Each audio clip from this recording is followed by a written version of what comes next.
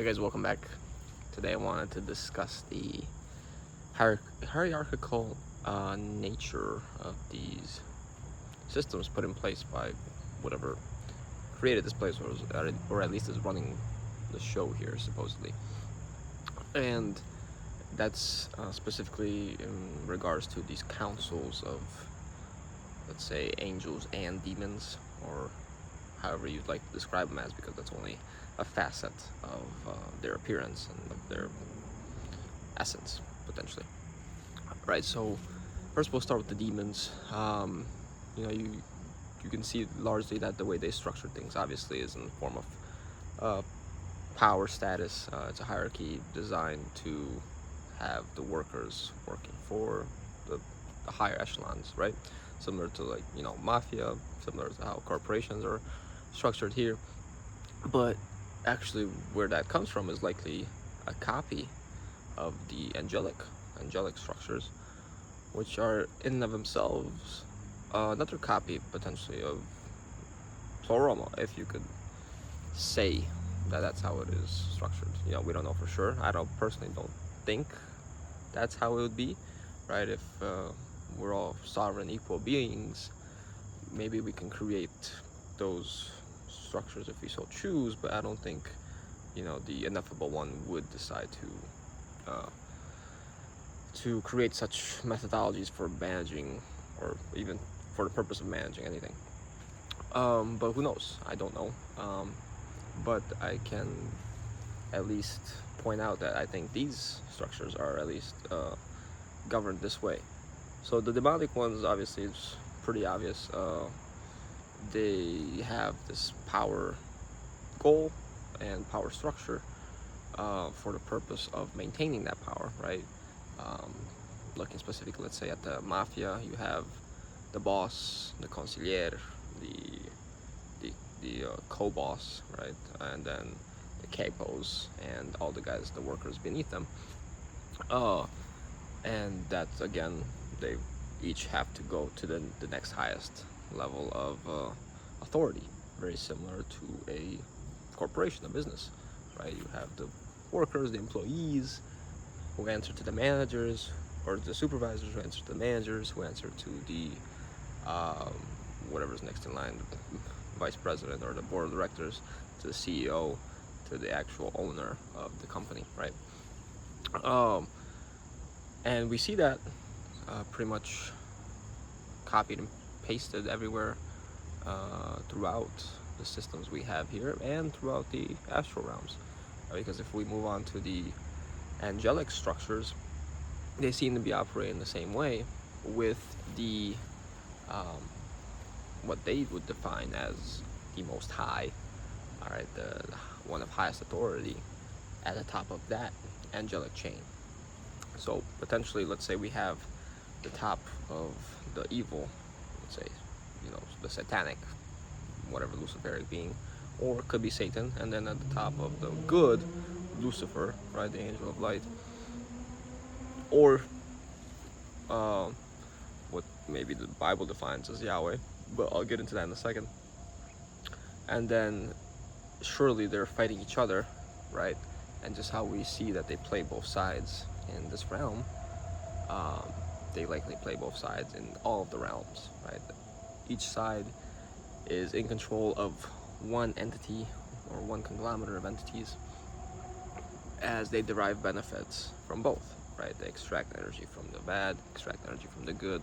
That's why you can never really make it out, let's say, or leave the system by choosing one of those paths, right? Both of those paths likely lead to slaughter or reincarnation or further entrapment, recyclement in the system, because they're purposely managed, right? That's why we were told potentially to walk the narrow path, because that's the tightest path, and you will make enemies on both sides, from both the good doers and the evil doers, because it's not what they want, right? They don't want you to exit through the gate. They want you to get stuck on one of their paths that bring you back, right? If you go this way, hit a loop, it just spins you back around, and then all of a sudden you intersect, and now you're going the opposite path. And if you keep forgetting over and over again, it makes sense that you'd be stuck in a cycle of going from good to bad, from bad to good to bad. So, to get into how the potentially angelic structure is run, the Bible adopted Yahweh as the central God figure, right? With Jesus being the Son. Mainly because the Israelites, the Jews, took this Yahweh figure from the Canaanites and adopted it as their savior, as their supreme high, because it had told them to essentially do all these things and led them to their promised land, right, in exchange for their worship. But previous to that, the Canaanites have actually worshipped a being known as El Elyon, which sounds very similar to Elon, right? And he refers himself to this being, or compares himself to this being, numerous times. Now, the name itself in Hebrew means El, or God, Elyon, highest, or highest of the gods, right? Which again suggests a conglomerate, a pantheon, which to the Canaanites it was a pantheon of gods, and this being was the god of the gods. So very similar to how we had not Thor but Odin, right? And then Thor, essentially, I think Thor was the son of Odin, right? But also Zeus, the son of Kronos. Kronos was formerly the god of the gods, and then Zeus became the god of the gods, right? The ruler of the system, Jupiter to Saturn. Could that be suggesting a planetary hierarchy? Could it go deeper than that? I think so. But essentially, this El Elyon being was seen as the supreme being at first, and Yahweh was actually its son, right? And the Jews adopted its son as their God. And then we see the same story repeating, or so at least they tell us, when Jesus comes and they say, oh, well, he was the son of Yahweh, and now the Christians have adopted Jesus as the son and the God of the gods, the true God, right? But the Jews are still with essentially the Yahweh, and they reject him being in any way part of the God of the gods, right? While the Christians still actually maintaining Yahweh as the Father. So it's a very interesting dichotomy that they created. But again, very similar to the structure that already was, right? And we find this again repeating New Age and ufology, of all these other various councils that, let's say, these channelers talk to, with the Divine Council of Nine, or the Galactic Federation, or various other groups, right? Again, sounding very much like a government, which govern the ment, govern the mind. Ment is mind in Latin. So is that likely the true purpose of these councils, rather than it's said that, oh well, the true God, they think it's the true God, right? God created these structures for the purpose of allowing you as a sovereign being to then have input, right, in the system, and allow you to create or benefit from the system through your own sovereignty, to your own creativity. And that sounds as plausible as our own government creating the government for the purpose of us benefiting from the government, because we all know what happens today with the government. It's not for our purpose. It's a selection process, not an election process. Both choices are, again, already puppeteered, and both choices, and all the choices, have already been carefully manipulated and orchestrated in their names, in their meaning, in what they stand for the purpose of, again, creating these two divergent paths, seemingly divergent paths, that lead to the same outcome, right? So likely these hierarchical structures, again, if it has a hierarchy, it's probably not of the ineffable one. It has a highest of the high, which, again, it's normal, I guess, to suggest that linguistically, that's like the ineffable one is the highest of the high from our perspective. But I think anyone truly connected to their spirit would say, no, that the ineffable one is the source of all that we all come from.